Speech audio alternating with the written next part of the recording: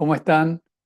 Hoy continuaremos con el listado de herramientas de ingresos pasivos que hemos venido analizando y vamos a ir rápidamente a la pantalla para seguir compartiendo estos conocimientos que pueden resultar muy útiles a la hora de hacernos un ahorro extra o, ¿por qué no?, una fuente de ingresos importante. Y hoy nos toca ver los Exchange Traded Funds o ETFs, como son conocidos en la jerga. Los ETFs son fondos que cotizan en bolsa. Estos instrumentos agrupan múltiples activos, como acciones, bonos, y además se negocian en bolsas de valores como si fueran acciones individuales. Permiten diversificar nuestras inversiones con mucha facilidad y suelen tener los costos de gestión más bajos que los fondos de inversión, que por ahí son más instrumentos más conocidos. Es decir, que invirtiendo en un ETF, diversificamos comprando rendimientos de distintas empresas a la misma vez. Por ejemplo, el más conocido, y tal vez por su antigüedad o por sus rendimientos, es el Standard Poor's 500, que engloba a las 500 empresas más importantes de los Estados Unidos, o el S-Gov, que invierte en bonos del Tesoro de Estados Unidos a muy corto plazo, entre 0 y 3 meses, o el eShares MBS, perdón, que además paga dividendos. Estos dividendos son periódicos, como el Vanguard Short Term, y tantos otros que son muy fáciles de buscar en cualquier buscador. Si uno googlea eh, bonos o ETFs que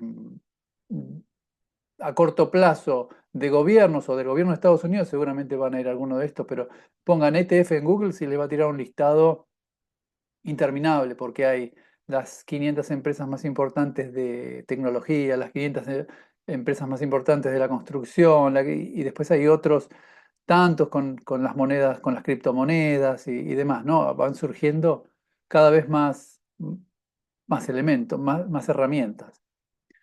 Estos dividendos van del 0,5 al 8%, lo cual no es nada despreciable.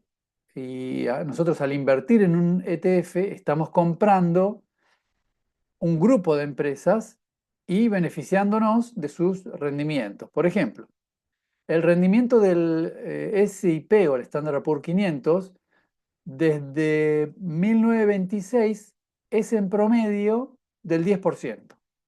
El 10% anual, ¿no es cierto? Así que imaginemos si hubiéramos invertido $1 en 1926, hace 98 años, hoy acumularíamos $11.383. Y si hubiéramos invertido $1.000 en aquel momento, hoy tendríamos la friolera de $11.389.000.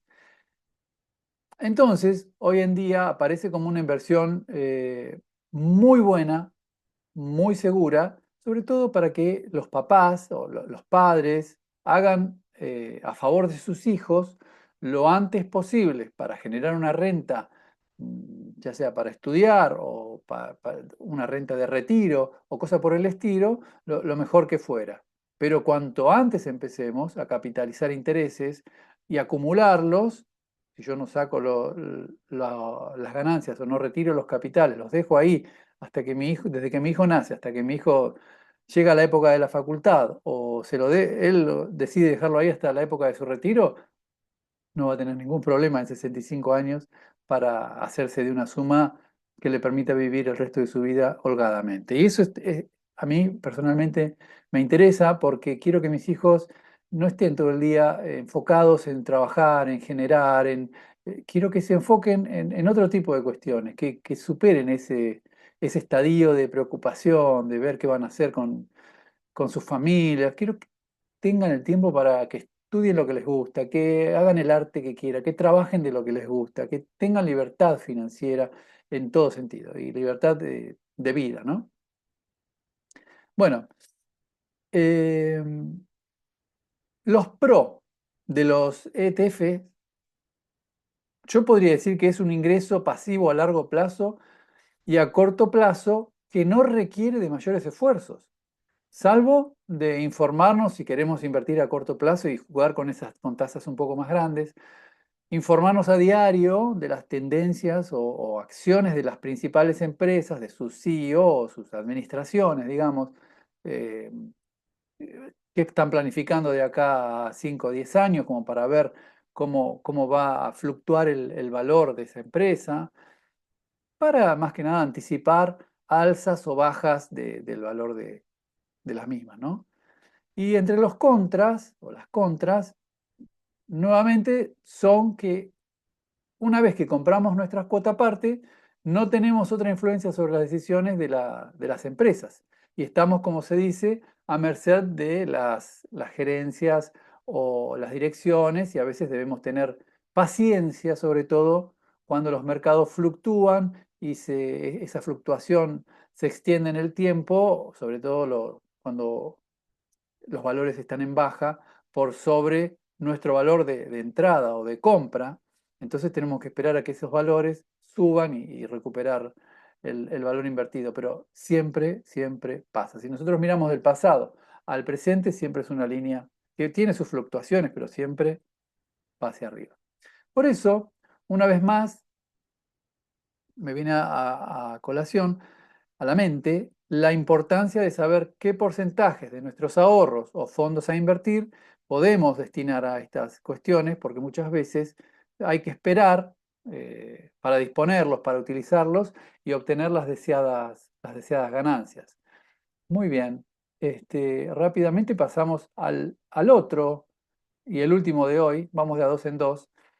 Más que nada me refería a tener paciencia y a esperar las fluctuaciones, a lo que hablé en un comienzo de leer, de hacernos de algún instrumental o de algún conocimiento de, financiero. Yo les dije en su momento cuáles eran los puntos específicos para estudiar. Hoy en YouTube, en Google, hay información de lo que quieran.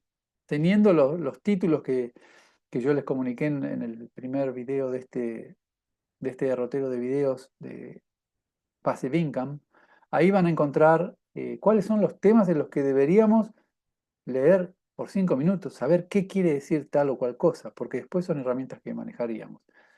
Y ahora vamos a las cuentas de intereses. Personalmente considero que eh, esta es una de las inversiones más, ¿cómo puedo llamarlo?, justas que existe. Y viene a reivindicar las cuentas remuneradas de los bancos que por muchos años disponían de nuestro dinero y nos cobraban un fee a cambio. Nada más leonino, hasta donde yo puedo entender, ¿verdad? Porque un banco presta nuestro dinero y gana una renta. Y además se da vuelta y nos cobra a nosotros por nuestro dinero. Una cuenta de intereses es una cuenta en una institución financiera que genera ganancias sobre el saldo depositado. Entonces, diariamente incluso voy cobrando una renta por darle mi dinero a una institución financiera. Estas cuentas pueden incluir cajas de ahorro, o cuentas de mercado monetario o certificados de depósito y ofrecen un porcentaje de interés sobre esos fondos mantenidos, incrementando así el capital del titular a lo largo del tiempo. Las plataformas que nuevamente no recomiendo, pero informo, ahí las vemos, el Trade Republic, MyInvestor, N26, que casi que lo recomendaría, yo lo uso, pero no soy quien. O sea, ustedes prueben y fíjense cuáles les va bien, el IB, el Sadabel. ¿Por qué digo lo del N26? Por ejemplo, este banco online paga un interés del 2,26 efectivo. Y este sistema genera una muy buena liquidez y tiene un muy buen historial de crédito. Es europeo, sino creo que es alemán. Es decir, que eso lo hace muy confiable. Y además asegura hasta 150.000 euros de capital invertido. Por ejemplo, si se invirtieran 100.000 euros a esta tasa por 10 años, obtendríamos 132.624 euros. Y si mis padres me hubiesen depositado esos 100 euros cuando tenía 18 años, podría jubilarme a los 65 con ahorros pasivos de 334.000 y pico de euros. Que no hubiese estado nada mal, dado que me hubiera exigido cero esfuerzo. Es un depósito que se hace en una cuenta y ahí queda acumulando intereses. Las contras son muy pocas. Podría mencionar que si sobrepasamos el valor máximo asegurado, bueno, arriesgaríamos por el capital que lo exceda ante cualquier eventualidad con la entidad donde invertimos y en las que no tenemos injerencia ante cualquier eventualidad que no nos pueda repagar esos intereses. Otra no encuentro, porque generalmente se depositan saldos chicos, digamos, ¿no? En estos sistemas, vamos a dejar de compartir. En estos sistemas es muy difícil que una persona entre normalmente y salga millonaria. El único que sale millonario en el mercado de capitales es el millonario que entra ya y trae capitales grandes, diversifica su inversión. Pero una persona de la calle como nosotros, no sé, para que sea millonario debería ser como las mismas probabilidades de dar un pleno en la ruleta. Para los más jóvenes, la ruleta es el juego del casino que se tira una bola entre 36 números y pegarle un pleno. Esa misma probabilidad, o incluso más, sería que una persona entre con 10.000 dólares a jugar al mercado financiero o de capitales y salga millonario.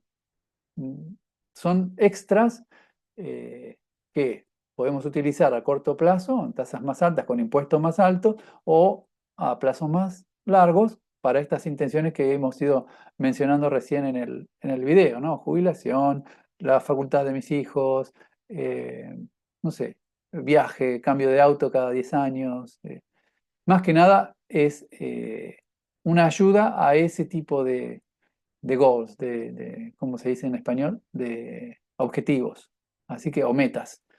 Así que bueno, espero que les haya sido útil. Seguimos avanzando, hay muchos más. Recuerden que la lista es extensa y vamos a llegar hasta el trading, que le vamos a dar una vuelta más al trading porque a mí me gusta mucho. Hace muchos años que estoy haciéndolo y, bueno, compartir mi experiencia, ¿no? No soy ni millonario, vivo de mi trabajo, no vivo de la bolsa, no vivo del mercado de capitales, simplemente me divierto y obtengo un extra para irme de vacaciones o pagar unos pasajes, de viaje. Así que, una vez más, muchas gracias y nos vemos en el próximo video. Que anden muy bien.